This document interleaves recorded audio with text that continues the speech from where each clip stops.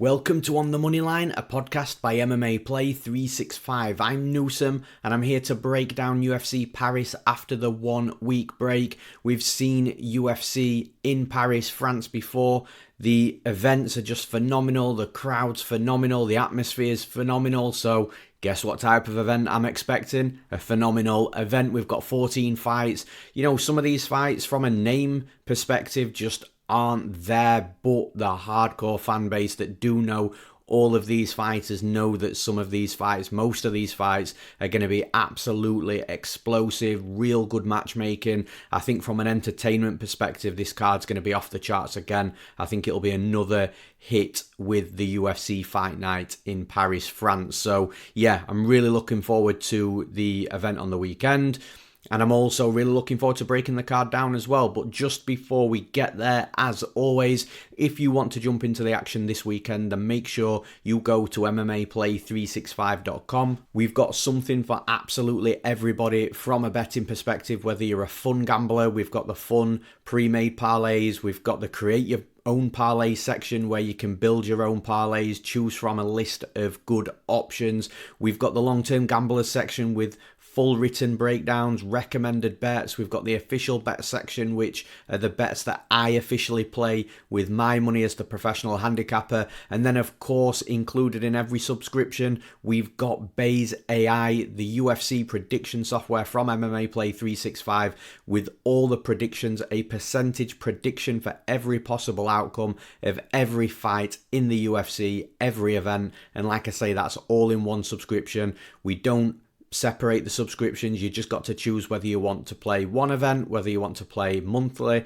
or whether you want to take the annual option. All the prices are super affordable, with our ethos being that you've got to make that money back that you pay for the service quickly, so then you can start profiting on your bets. So we try and make that as easy as possible for you. So like I say, check that out. That's all on MMAplay365.com if you are wanting to jump into the action this weekend. And with the introduction out the way, with the promo out the way, let's get breaking down these fights for UFC Paris. And of course, as always, we start in the main event. We've got 5 rounds and it's a really good fight. We've got Renato Moicano versus Benoit Saint-Denis. Benoit Saint-Denis headlining his first event, and it's in his home country of France as well. The crowd are going to absolutely be insane for this fight. So look, even if we know the style of Benoit Saint-Denis, it's high pressure, it's pace, and even if he does think about maybe trying to slow down with fatigue, that crowd is going to give him a second wind, or 100%. I think this is going to be a really, really good fight. Just for the record as well, I was one of those that bet against Benoit Saint-Denis last time out against Dustin Poirier. I just wasn't buying the fact that Dustin Poirier was an underdog in that fight. I think that there are absolute levels in MMA, in the UFC, and I just think that Benoit Saint-Denis just, lifted to a level that he wasn't ready for. And I pretty much predicted exactly how that fight was going to play out. Benoit Saint-Denis was going to come out fast, he was going to come out hard, he'd score a couple of takedowns, Poirier would stand back up, and then eventually Poirier would just start working his way into the fight and end up, really putting it on Saint-Denis, which he did. Now, of course, the images came out afterwards that Saint-Denis, I think it was some sort of staph infection that he had, and that was a reason to why we're slowing down. But I kind of feel that fight would have played out the same way with or without the staph. But in this specific fight, Benoit Saint-Denis is stepping back down in competition. He's still fighting a high level of competition, but just not quite on Poirier's level. We've got Renato Moicano, who has been a staple fighter in the UFC for a long time now. He's been up there, a ranked fighter in multiple divisions. So he's going to be a good test for Saint-Denis. And look, in regards to Saint-Denis, he's going to come out here, he's going to try and put hands on Moicano. I think he's going to have, I wouldn't say the better technical striking. I think Moicano's going to have the better technical striking. But when you're looking at more the more efficient side, who's going to have the more efficient striking, who's going to be more effective with the striking, the more efficient and the more effective striker isn't always the better technical striker. And I think that's what we're going to see here, because Saint-Denis, like I say, he's not, I might sound like I'm saying he's a bad technical striker, and I'm not. I just don't think the quality of striking is as good as Moicano's, but the pace and the pressure and just being that super fast-paced front runner that Saint-Denis is, I think he's going to land a lot of good shots on Moicano, and I actually wouldn't be surprised if he knocked Moicano out in this fight. However, if the striking isn't working, or even if Benoit Saint-Denis has thrown a couple of hard shots and Moicano's took them, he'll just level change into a takedown and he'll get his wrestling game going. He's a super good grappler as well. Now, again, it's one of these where I think Moicano's probably the better grappler as well, but the thing is, I don't think Moicano's going to be the fighter on top. So I think Saint-Denis is, even though he's not as good of a grappler as Moicano, like Moicano's a legit BJJ black belt, I think that the grappling's going to be more effective on Saint-Denis' side because he's going to be the one on top. Like, yeah, Moicano might throw up an armbar or a triangle or try to sweep and reverse, but I just don't think Saint-Denis gets caught with a submission in guard with Moicano on his back. And yeah, like I say, maybe Moicano sweeps Saint-Denis, but in the middle of the sweep, Saint-Denis got super fast reactions with the scrambling. I think he'll be able to scramble out of a potential sweep before it's fully swept, if that makes sense. And then Saint-Denis can get back up to his feet. I just think it's going to be a real difficult fight for Moicano, if I'm being honest. Like, even if we're looking at what does this fight look like if we get into round 4 or round 5, well, you know, we know that Saint-Denis can slow down, but I kind of feel like all that early work that Saint-Denis is going to do early in this fight will have an effect on his fatigue and gas tank, but I think it hits Moicano's fatigue and gas tank even worse. So what I'm basically saying, I think if the fight goes really late and it has been that super fast pace from Saint-Denis, I think Saint-Denis is absolutely going to be tired. I just think Moicano's going to be more tired. So yeah, look, I think Moicano's got to catch Saint-Denis, maybe coming in with his hands down, head on the centre line, or maybe he shoots for a takedown, ducks his head, and Moicano finds a knee. Or maybe it is a flash submission on bottom if if Saint-Denis makes a mistake on top. But I just think if Moicano wins, it's going to be one of these sort of low percentage type of finishes. Like I say, catching the knee at the right time on a takedown, or, you know, having Saint-Denis walking onto a big right hand, or throwing up the submission and catching an armbar if Moicano's landing ground and pound, takes his concentration off, leaving his arm in there. It's going to be one of these low percentage finishes. I think if Moicano's going to win, I think Saint-Denis could potentially knock Moicano out on the feet. I think he could ground and pound him out. I think he could just wear him down and win a 5-round decision as well. So, yeah, I think this is a good fight for Saint-Denis. I think Moicano's probably up against it here, but I think in the early moments specifically, it's going to be a super interesting fight, super close. But I think the longer the fight goes on, the more it favours Saint-Denis. For those reasons, I'm picking Benoit Saint-Denis to win this fight. In the next fight, in the co-main event, I kind of wish this was one of those non-title fight 5-round co-main events that the UFC sometimes put on. We've got Nassourdine Imavov versus Brendan Allen. I just think this would be super fascinating over 5 rounds. Both fighters have got 5-round experience. I think both the styles are well suited for 5 rounds as well. So it is actually a shame that we are only getting 3 rounds of this. But like when you analyse the fight, it's one of these types of fights that is relatively binary. You know, you've got Imavov, who is going to be absolutely the better striker, and then you've got Brendan Allen, who is going to be absolutely the better grappler. So that puts into question 2 things. First one, what happens with the wrestling? That matters here, because if the wrestling doesn't play out on Brendan Allen's side, then Imavov's going to win the fight, because it's going to stay striking for the longer periods of time in the fight. And then the other thing we've got to analyse is the defence of both fighters in the multiple disciplines. You know, is going back to the wrestling, is Imavov going to be able to defend the takedowns? If he does, then again, he's going to win the fight. In regards to the striking, is Brendan Allen going to be very defensively aware? Because Brendan Allen has been rocked, he has been hurt, he has been knocked out before, and Imavov is a big, powerful striker that has got sniper shots straight down the middle. So you can absolutely see Allen getting knocked out as well. So there's, like I say, the defensive side of this is something that specifically we've got to analyse. And when it comes to the defensive wrestling, I do think Allen's going to score takedowns in this fight. I just don't know how many. And the thing is with Imavov, I think in the initial moments in fights, he does a really good job of being safe if he's taken down and getting back up to his feet. That get-up game's good. For someone that's a very, very good striker, he's got very underrated grappling, in my opinion. It doesn't mean he's going to be the better grappler, though. And the thing is, if Allen wins this fight, it's going to be one of these types of fights where he's clinching Imavov against the cage. He's, briefly taking him down. Imavov stands back up, but Allen's still got that body lock. And then Ailin takes him down again, and Imavov stands up, and then Ailин's trying to sink a hook in against the cage open to try and take his back. It's going to be that type of performance, and I'm just not 100% convinced that Brendan Allen does this at a high clip. So it's one of these, like, I really wanted to pick Brendan Allen to win this fight because I do think that what I've just mentioned there is a possibility of that happening. It's just Imavov has shown resilience when it comes to defending takedowns and getting back up to his feet. But then again, you flip back onto Ailin's side, and Ailin's such a good grappler. This is a guy that submitted Muniz, who is a legit, like, I think it's like a 3rd or 4th degree BJJ black belt, and Ailin's out here submitting him. So Ailin's got a legit ground game. As you can probably tell from my voice, I'm very split between the two. For a start, from a betting perspective, with Imavov at the minute at like -210, -225, depending on where you look, I think that line's way too wide. Like, from a betting perspective right now, Brendan Allen is absolutely the side to bet if you're going to bet this fight.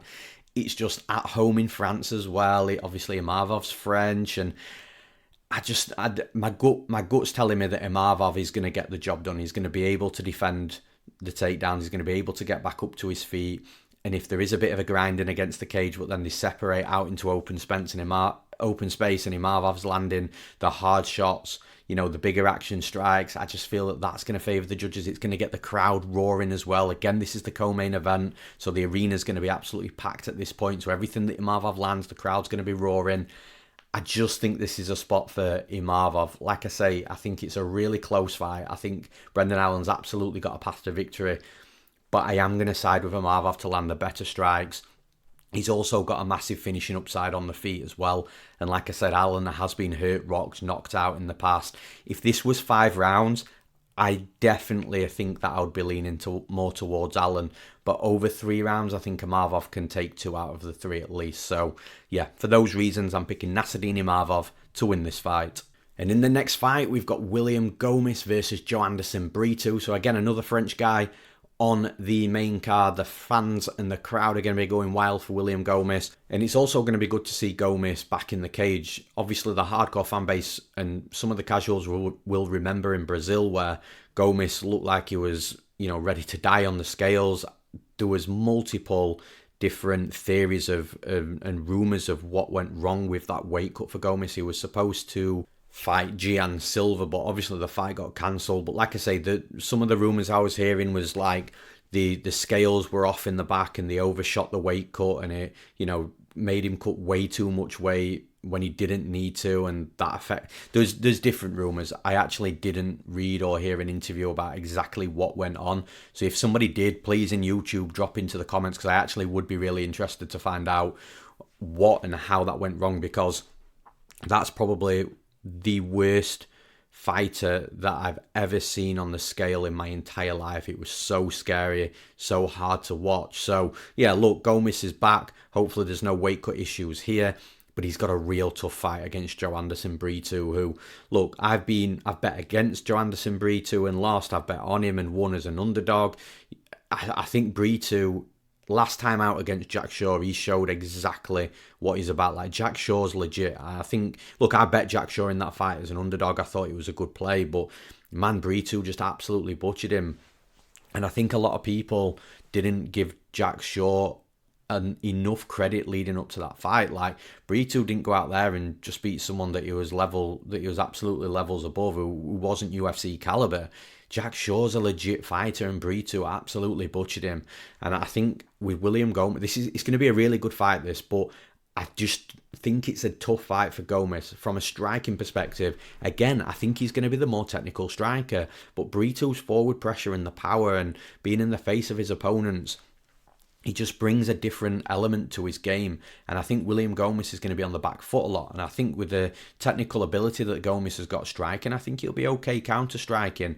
But how long can you do that for before the morale starts dropping, before the fatigue starts setting in, before you really start being ineffective in the fight and wondering what you can do to push forwards? But the thing is with Brito, where he can actually excel in this fight is he can mix things up and level change and get William Gomis down. He's got a good wrestling game, good topside grappling. Brito's the full package. I definitely think that he's one of these fighters we need to be paying close attention to in the division, because it might not be long before he hits that top 5 and he starts having some real like world high level fights in the UFC. I think this is another step in that direction for Brito. I think there's a reason he's a heavy favourite in this, well, moderate to heavy favourite in this fight. But like I say, I think the forward pressure, the striking, the power that he's got, he can knock Gomis out. And if he doesn't, he can take Gomis down.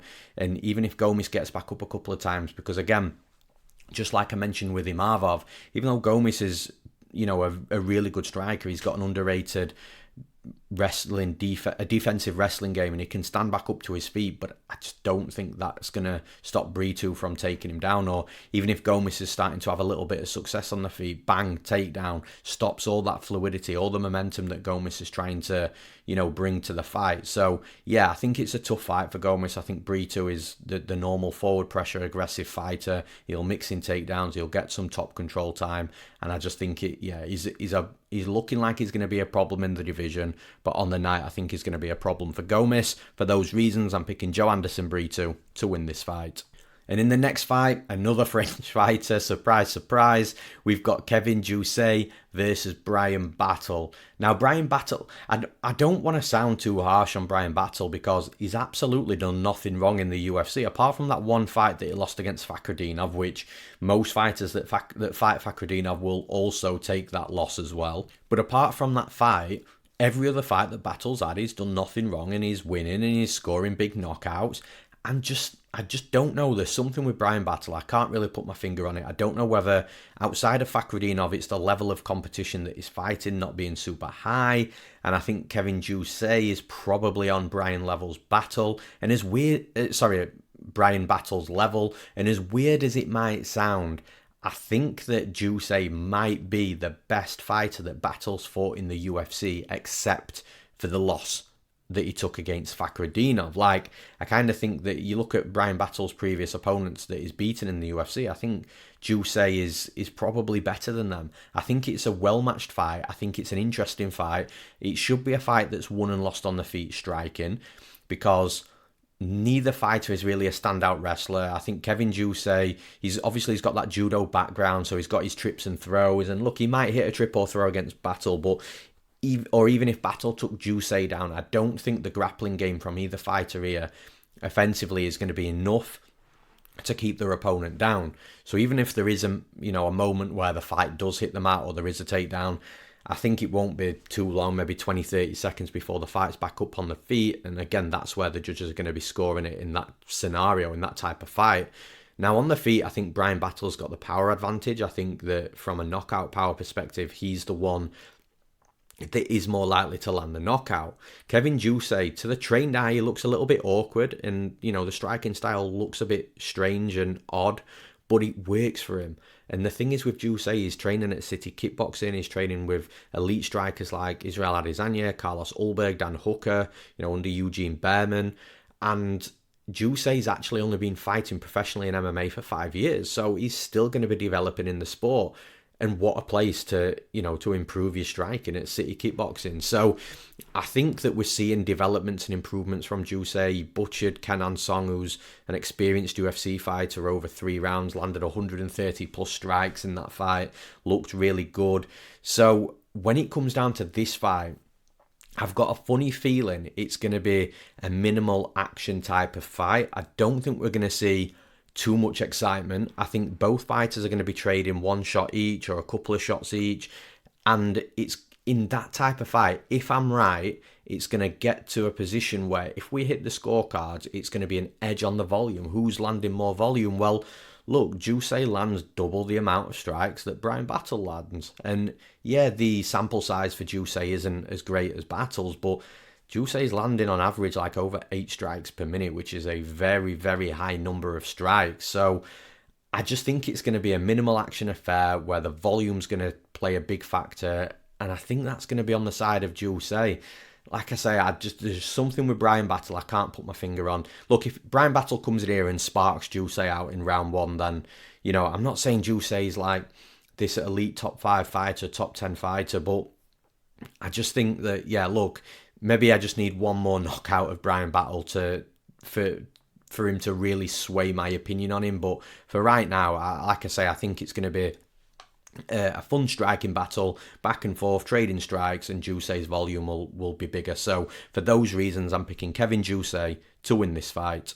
And in the next fight, another Frenchman, we've got Morgan Charriere versus Gabriel Miranda. Now, the French crowd absolutely love Morgan Charriere. They have since the Cage Warriors days, and it's going to be no different here. Gabriel Miranda is stepping in on short notice to fight Morgan Charriere, so again, that's something to take note of.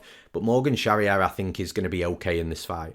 Last fight, he fought Chepe Mariscal, which, to be fair, at the time, Morgan Charriere started as the favourite. It went into a bit of a pick'em, and it was a close decision that he lost against Chepe Mariscal. Now, I thought Charriere won that fight, if I'm being honest, but regardless, it wasn't a robbery or anything like that. It was just a super close fight that could have gone either way, and it wasn't Charriere's night.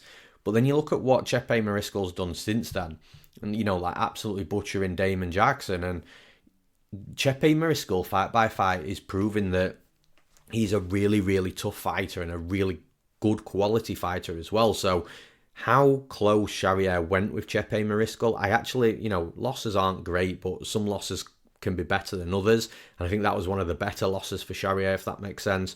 Gabriel Miranda here, I think, has got the submission equivalent of a puncher's chance. I don't think he's going to knock Charriere out. I'm not sure he takes Charriere down. Charriere's got good wrestling. I think, if anything, Charriere is going to get on top of Miranda. But again, I don't know if Charriere will even want to enter that world in the fight. I think Charriere's got the decision and all the cards held in his hand to where this fight goes. If Charriere doesn't want it on the mat, then I think that his wrestling defense will hold up and Miranda won't go down to the mat. And if that's the strategy Charriere has in this fight, I think that it's a good strategy and the best one for him. However, if Charriere does take Miranda down, I actually think he'll probably be okay on the mat. It's just, it's the flash knockout, the submission equivalent of a flash knockout. Does Miranda quickly snap onto an armbar or a triangle, or does he sweep and reverse? I just don't. I think Charriere will be okay on top of him. I just think the fight gets a little bit sketchy if he does go on top of Miranda. But if Charriere keeps his striking, he's going to absolutely piece Miranda up. And I actually think Charriere is going to knock Miranda out early.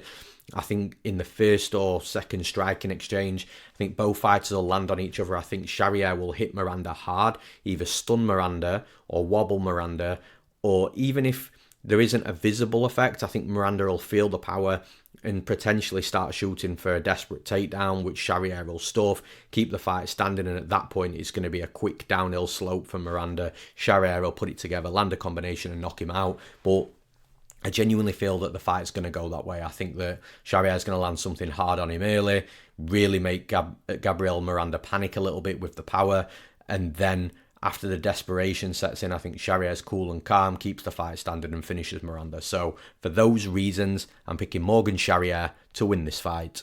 And in the next fight, another Frenchman, we've got Fares Ziam versus Matt Frevola. Now, this is a fight, honestly, I've been going backwards and forwards on because it's another stylistic clash. I think that Fares Ziam is going to be the better striker here, maybe just. I think Matt Frevola is absolutely going to be the better wrestler. He's going to be the better grappler. And even while I'm breaking this fight down now and talking, I'm still kind of flip-flopping.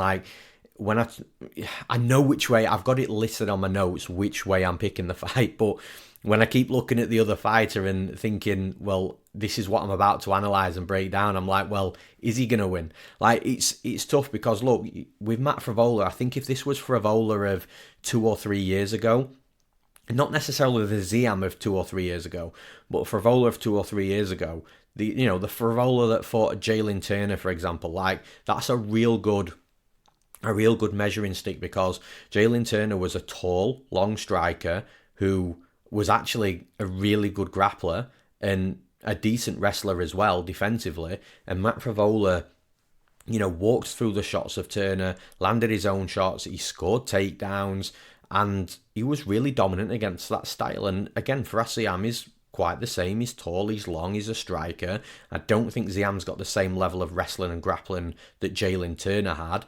So you would be thinking, well, Matt Frevola is going to have a good fight here and is the underdog. But I don't know. I feel like that was Frevola of a few years ago. I'm not sure he's able to put up that type of performance here at this stage in his career. And I'm not saying he's declining or anything like that. I just think he was absolutely at his best back when he was fighting Jalen Turner, for example.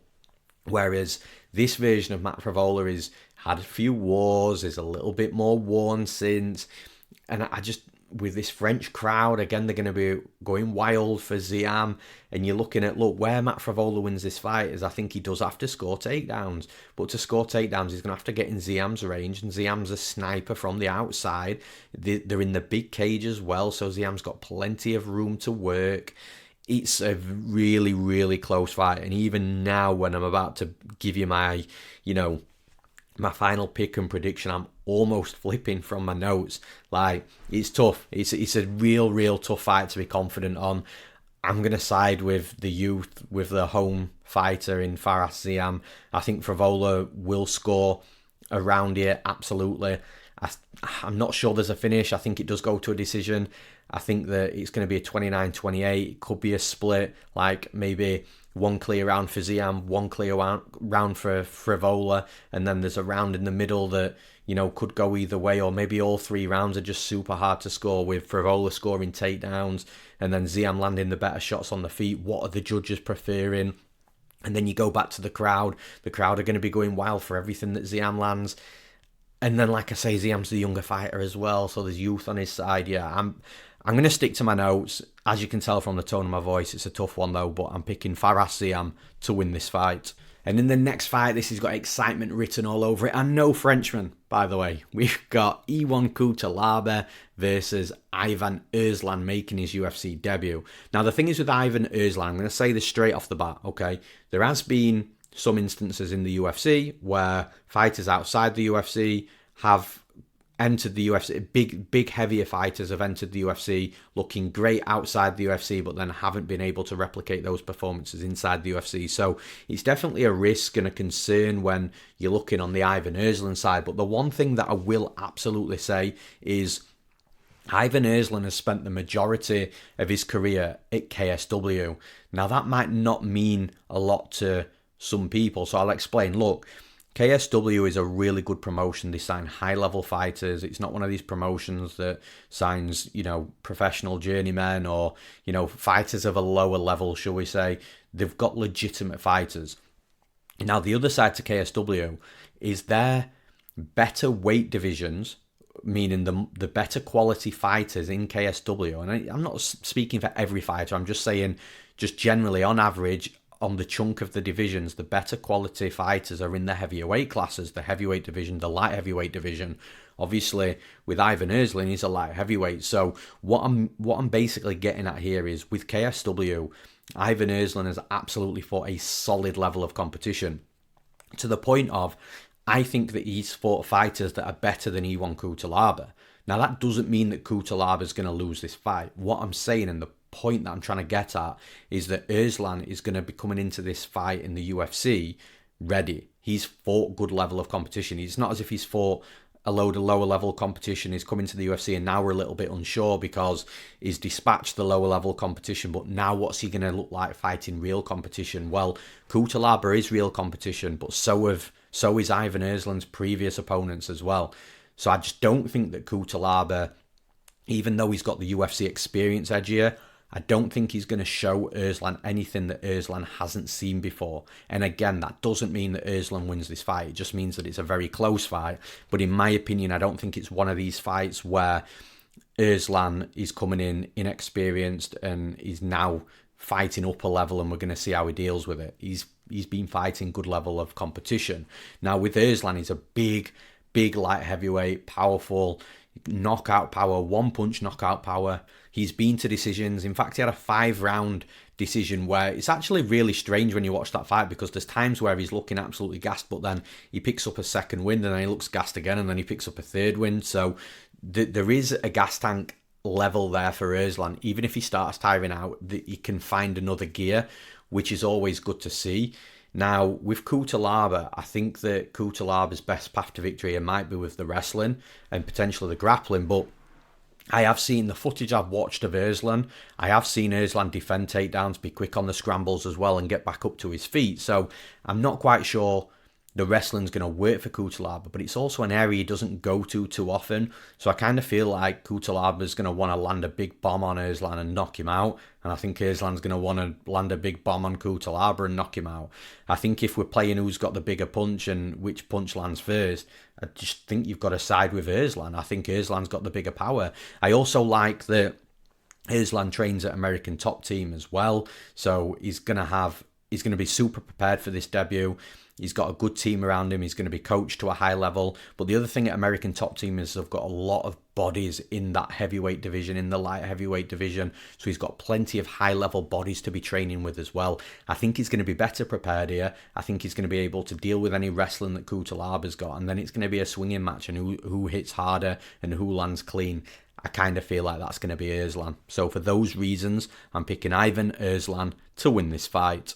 And in the next fight, we've got Oumar Sy from France, back onto the Frenchman, versus Woon Jung. And we're staying in the light heavyweight division here for this fight. And again, I think it's going to be a long night for Woon Jung. I think that, look, Oumar Sy, he's going to get tested at some point. And I think he's going to get checked at some point as well. But I kind of feel that might be closer to the top 15.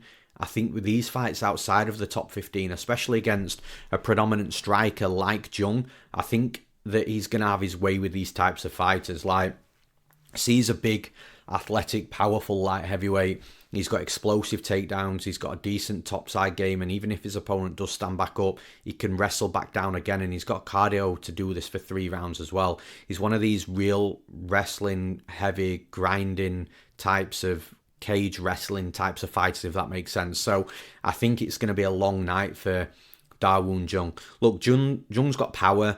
He's got knockout power. He can land something on Sy, and 205 pounds in the light heavyweight division. If he hits someone clean, then he's got a chance of knocking them clean out. He has got one punch knockout power, or at the very least, a punch to really start the process of finishing the fight. Wobbling his opponent or drop them or just get him super hurt. But I just think that Sy's going to be able to get the takedowns and the wrestling going before he's hit clean.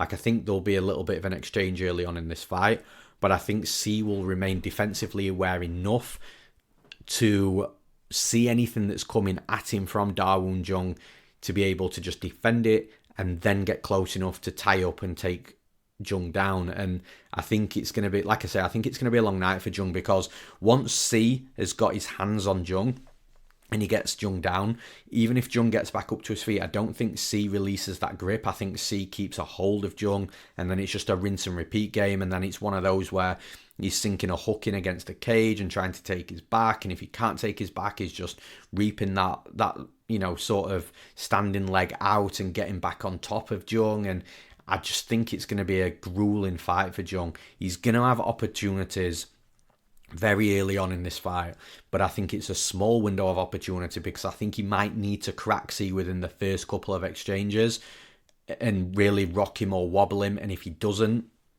then that's when Sy's going to be able to close the distance. So I think the window of opportunity is going to be that small for Jung, to the point of it's just such a low percentage outcome, and it's just hard to look past Sy here. I think Sy, again, Frenchman in front of the French crowd, they're going to be loving everything that he does. I think he spends a lot of time on top of Jung. I think he might even be able to get a finish where, look, Woon Jung got choked out by Carlos Ulberg, that's a predominant striker. So if Ulberg's doing that, I think a better wrestler and grappler in Oumar Sy will be able to get the finish as well. If he doesn't, then I think he can do this for 3 rounds.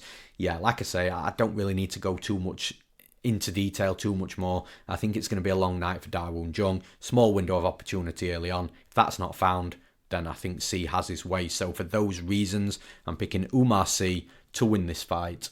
And in the next fight, no Frenchman here. We've got Ludovic Klein versus Roosevelt Roberts. And here we've got one fighter who's on an absolute heater at the minute. He only fought a few weeks ago as well, I think, Ludovic Klein, versus a Roberts that, is not on form, that came into the UFC with so much hype, started to look like he was going to deliver. I believed that Roberts was going to be the next best thing, but then it just fell apart for him. He got cut by the UFC, and then he ended up on that tough redemption season, and he then got. I mean, he didn't win that. He lost against Austin Hubbard, I believe. A really ugly, boring decision, but then he still got called to the UFC on short notice because they needed somebody, and he got a new contract because of that. But then he lost that fight. But again, you can't really have it too much against him that he's lost that fight against Mateusz Rebecki, because Rebecki's a really good fighter, tough fighter to beat. So can't really hold it against Roberts, that loss. But yeah, look, you've got a fighter who's not in form in Roberts against a fighter who's absolutely on a heater in Ludovic Klein. It's no surprise that Ludovic Klein's a heavy favourite in this fight, but it is kind of one of these spots where we've seen it so many times before that, the fighter on the absolute heater and they're a massive favourite and everyone expects it's a done deal before the fight's even started, and then suddenly it gets super close. I mean, Roberts was knocked out in that fashion, a few years ago. It was a foregone conclusion that he was going to win that fight against a short notice debutant, and then got knocked out. So yeah, there's always an element of you've got to be really careful, but it does seem very far-fetched, in my opinion, for Roberts to win this fight. I think Klein, like I say, is striking solid, his wrestling solid, his grappling solid, and where you look at how does Roosevelt Roberts get at him, well, I just don't know. I think Klein's better everywhere, and I think he's on form, and he can win in so many different ways in this fight. So yeah, look, I've got to this point in in analysing fights over the last 10 plus years that I just don't really get too surprised nowadays. So I wouldn't be shocked if Roberts did win the fight, just because I've seen this happen a million times before. But from an analysis perspective, it's hard to put too much stock into a Roberts win because of what we're seeing from Klein. So for those reasons, I'm picking Ludovic Klein to win this fight. And in the next fight, back to the Frenchman, we've got Taylor Lapilus versus Vince Morales. Vince Morales getting a call back into the UFC. And rightly so. This is the type of, call backs into the UFC that you need to see. Vince Morales has got a record now of 16-7, so it's an absolutely solid record, UFC level record. Since he got cut from the UFC, he's gone 5-0, 4 finishes from those 5 fights. I think it's 3 subs and a knockout and then a decision. So Vince Morales is on a super high right now, but I think he's got a really tough fight here against Taylor Lapilus. Lapilus is a fighter that I really, really like a lot because he's going to be so difficult to beat. And even you look at that Basharat fight, Basharat beat him, but man, Basharat had to work so hard for that win. He had to shoot so many takedowns because Lapilus was the better striker. That's where his background is. But he's an elite level striker with godlike wrestling defense, godlike grappling defense. It's so hard to take him down. But if you do manage to take him down with all the will, might and effort in your arsenal, if you do manage to take Taylor Lapilus down, he's going to get right back up. And he'll do that constantly. Basharat ended up getting at him after about 6 or 7 takedowns with no top control time. He eventually got at him late in the fight. It wasn't that Lapilus was tired, it was just, I don't know, maybe the morale just went, because he was maybe he was just thinking, well, shit, it's happening again. But it's so tough. You even look at Cody Stamann last time out, Staman's a decent wrestler, and he did get Lapilus down, a couple of times after so many attempts. But when he did, Lapilus was right back up to his feet and then piecing him up striking. And Vince Morales, I don't think has got the wrestling of Basharat. I don't think he's got the wrestling of Stamann. He's got decent grappling, but even if he does get Lapilus down, I think Lapilus' defense is better than the offense of Morales. So then we're going to be in a striking fight. I just don't think Vince Morales is going to outstrike Taylor Lapilus. I really don't. And especially then you start adding in the fact that Lapilus is from France and the crowd are going to be going wild for everything that he lands. I just really don't see where Vince Morales wins this fight, if I'm being honest. I mean, you look at flash knockout. Yes, it's always possible, 4-ounce gloves at this level in the UFC, but again, it's such a small percentage outcome, especially when you're not even the better striker, technically. So, yeah, I think that Lapilus has got a good fight here in front of his own crowd. I think the win streak continues. I'm actually excited to see where Lapilus can go because, like I say, that takedown defense in the get-up game is just unbelievably good. Like I say, godlike takedown defense. and get up game, and he's an elite level striker. So it might be one of these fighters that we do see in the top 5, top 10 very soon, fighting some of the best fighters in the division. So yeah, I think this is the next step towards that, or potentially towards that. But for this fight, yeah, I really don't see Vince Morales getting the job done. So for those reasons, I'm picking Taylor Lapilus to win this fight. And in the next fight, no French fighter here as well, although we do have a fighter fighting out of the MMA Factory, which of course is one of the most prominent gyms in France. We've got Ailin Perez versus Darya Zheleznyakova, and it's Zheleznyakova that does train out of MMA Factory from Russia. And look, even though Zheleznyakova is from Russia, she doesn't have that typical Russian style. She's more of a kickboxer. And to be fair, we are seeing more and more kickboxers coming out of Russia. You know, you look at 5-6 years ago, it was only really relentless wrestlers and grapplers, but we are seeing a high level of kickboxing coming out of Russia now as well. And look, Zheleznyakova is a decent striker. I think she's a better striker than Ailin Perez. It's just I think Ailin Perez is going to out MMA Zheleznyakova here because, look, Ailin Perez can strike as well. Like I say, I think she's going to be at a range disadvantage here. But I think that she's got a power advantage. If she can get inside, close the distance, land hard shots, she's going to be able to hit Zheleznyakova and potentially, you know, really start making Zheleznyakova think about the striking defense. Because, like I say, Perez can hit hard. But where Perez, I think, is going to outdo Zheleznyakova in this fight is within the wrestling and grappling. Now, the one thing I will say is Perez can make some mistakes with the grappling. Once she gets the fight down to the mat, she can be looking super controlled on top, but then suddenly make a mistake and her opponent swept her. And that might be an opponent that's not as good as a grappler, but she's allowed that to happen. So there's some mistakes there for Perez, which are, I would say, more unforced errors, but those will clear in time.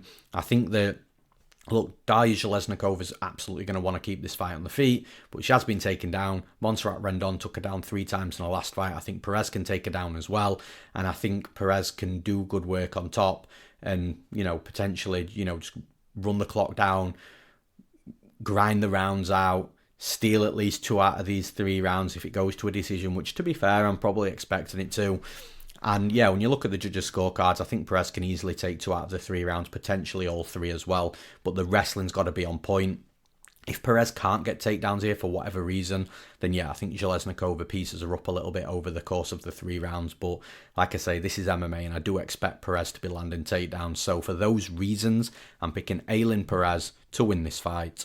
And in the next fight, we've got Daniel Barez back again versus Victor Altamirano. Now, I honestly thought that Daniel Barez got cut from the UFC, but he didn't. He's just taken a year off. Not really sure what he was doing in that year, whether it was an injury or whatnot. But Daniel Barez and Victor Altamirano is a super fun fight. You've got Barez, who's an exciting striker. He likes to start super fast in your face, hard combinations with his boxing, rips to the body, rips to the head. He's got good hard low kicks as well, where he's actually finished fights and stopped fights due to the beating up of the lead leg of his opponent. So Barez is definitely a fun fighter to watch. The thing is with Barez, he's definitely better in his first rounds. And look, he can go 3 rounds, but he does slow down because of his style, because he's so fast-paced and he tries to land a ton of volume. Now with Victor Altamirano on the other side, Victor Altamirano also has good striking, but it's a completely different striking style. So Altamirano's got a karate background and he switches between a karate and a kickboxing stance, and the strikes, I wouldn't say are as, you know, fast and hard and clean as Barez's, but that doesn't mean that Altamirano isn't effective with his striking. You don't always need to be clean to be effective, and Altamirano does do a good job of mixing between, you know, the kicks and the punches, and I actually think he's a better mover than Barez, laterally, in and out of range, whereas Barez seems to only have one direction, and that's forwards. Altamirano can deal with pressure, and he has dealt with these types of forward pressure aggressive fighters before, so I don't think Barez is going to show Altamirano anything that Altamirano hasn't seen before. And another really good point here as well is Altamirano does switch stances quite a lot, but to me, from what I've seen, he seems to be maybe a little bit more comfortable in the southpaw stance, which is a very good point for this fight, because like I said, Barez has got real hard low kicks. Now, it's not that the low kicks won't land because Altamirano's in southpaw, but when there's a difference in stance, so when both fighters aren't in the same stance, that lead leg isn't quite as available as what it is in. Sorry, that lead leg isn't as available in an opposite stance as what it is in the same stance. And I think that's what we're going to see here. Barez is going to have to reach a little bit further to land those low kicks on Altamirano. I think Altamirano is going to be a little bit rangier than Barez, so maybe that's going to be a little bit difficult, or maybe Barez leaves some openings because he's going for these low kicks, or maybe he doesn't throw the low kicks at all. But I definitely think that's a spanner in the works for Barez, who's not going to have that low kick as readily available as what it has been in previous fights. But then where I think that Victor Altamirano starts to separate Barez, or separate himself from Barez, is within the wrestling and grappling. Like, Altamirano's got a good wrestling game. The only fight that didn't really work was against Tim Elliott, but Tim Elliott's a standout wrestler. He's a former title challenger. He was one of the best fighters in the world for quite a while. So, it's no shame that Altamirano's gone in there and got out-wrestled by Tim Elliott. But guess what? You put Tim Elliott in there with Barez, and Tim Elliott's taking Barez down left, right, and centre as well.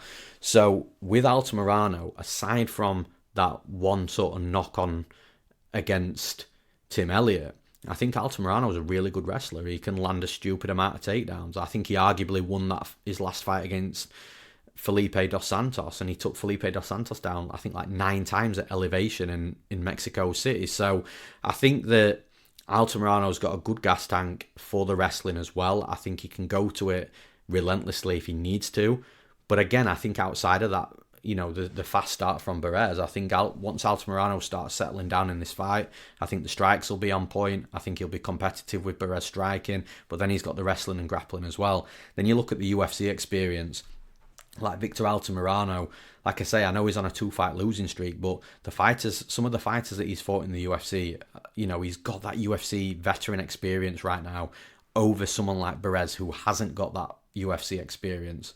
Although Barez has got the MMA experience over Altamirano, a lot of Barez's opponents outside the UFC are opponents that aren't UFC quality. So that's another side of Altamirano for me. Look, I think this is going to be a close fight. There's a reason why the lines are quite close. I don't agree with Altamirano, opening as an underdog, but I definitely think that, there's going to be moments for Barez. I just think Altamirano comes out of it the other side, using his UFC veteran experience and just mixing things up with the wrestling. Multiple paths to victory. So for those reasons, I'm picking Victor Altamirano to win this fight.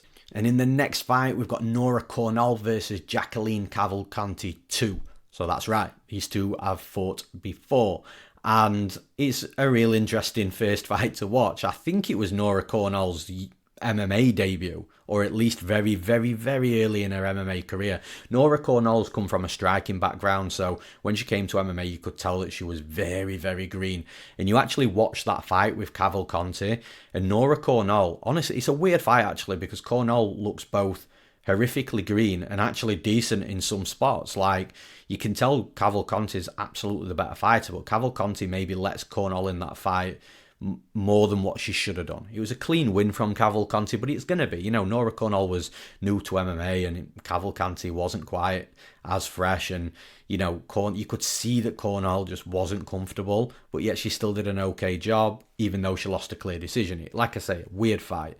But the one thing I will say is, you look at Jacqueline Cavalcanti back then and you look at her now, I notice almost no change. She was as good as what she is now back then. Like, I do think Cavalcanti is a decent fighter.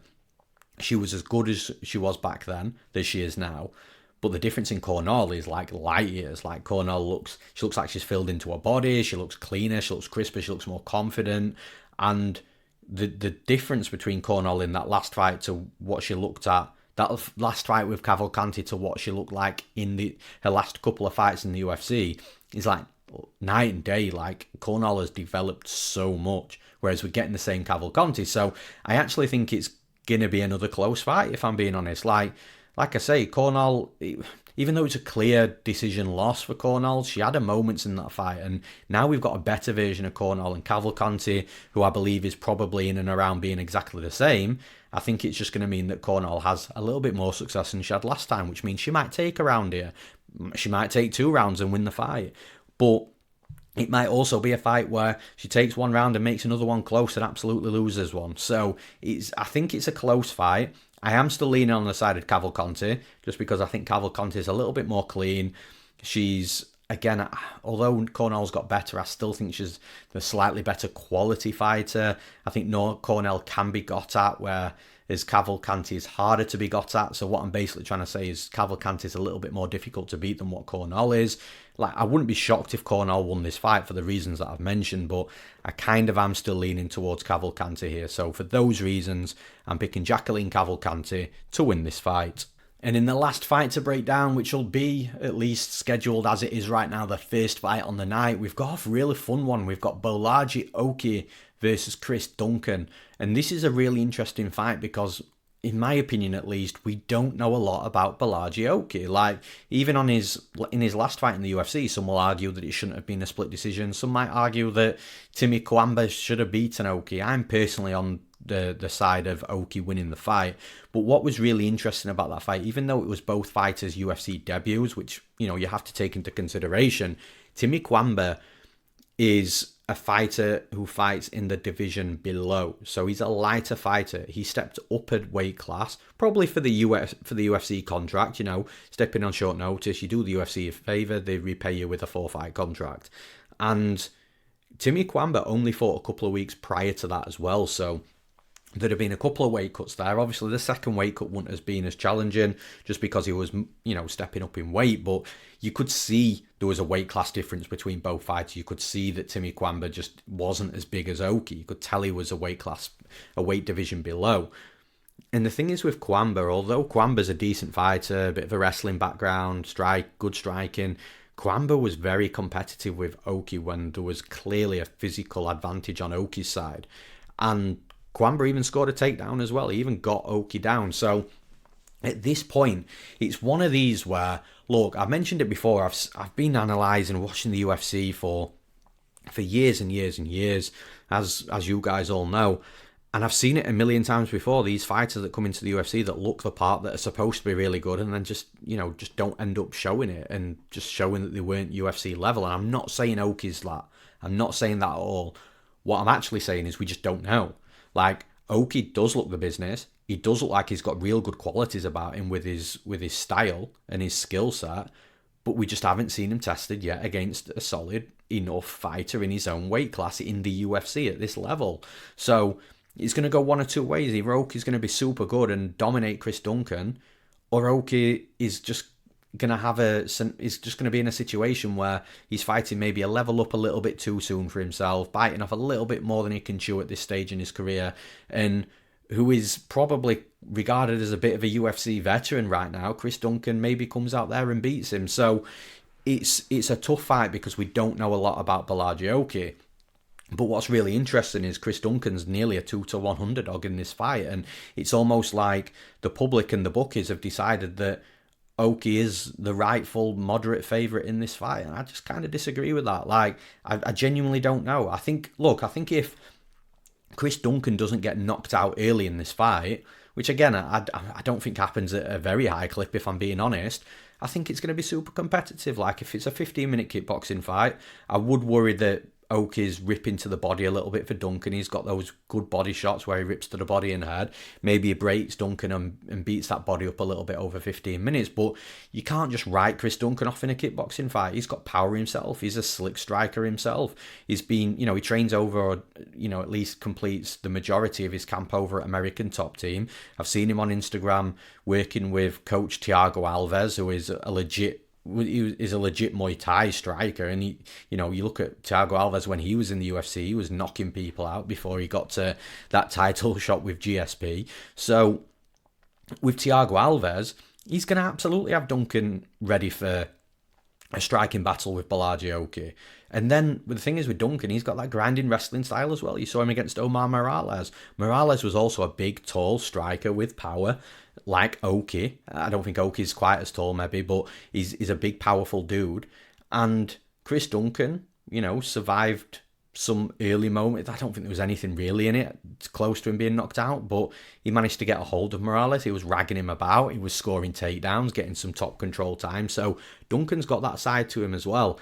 It's just a really interesting fight because you can't truly write Oki off because we don't know. This might be the fight that he just needs to prove to everybody that is a legit fighter and is going to, make some real big noise in the UFC going forward. But the fact that we don't know, I'm more leaning onto the side of the fighter that I do know about, which is Chris Duncan. So for those reasons, I'm picking Chris Duncan to win this fight. And that's all for this episode of the podcast. So once again, for everybody tuning in, thank you for listening. I really do appreciate it. If you're on one of the podcast platforms, such as Spotify, Apple Music, Amazon Music, wherever you're listening to this podcast, please drop onto the YouTube channel if you get 2 minutes. Subscribe to the channel. It really helps us. And in there, you've got a replies section where it is me that hits the replies section up. So if you've got any questions or if you want to tell me who you're betting on or anything that you want to talk about, I do always try and make the time to get back to everybody that drops something in the comments. So I really do appreciate it. I really appreciate the support.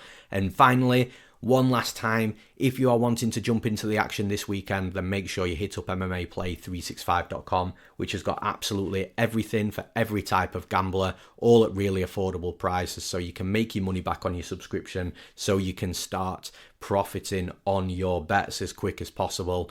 You also get the UFC prediction software from Base AI included into every package. That's all at MMAplay365.com. Thank you for listening. I'm Newsome. I'll see you again next week.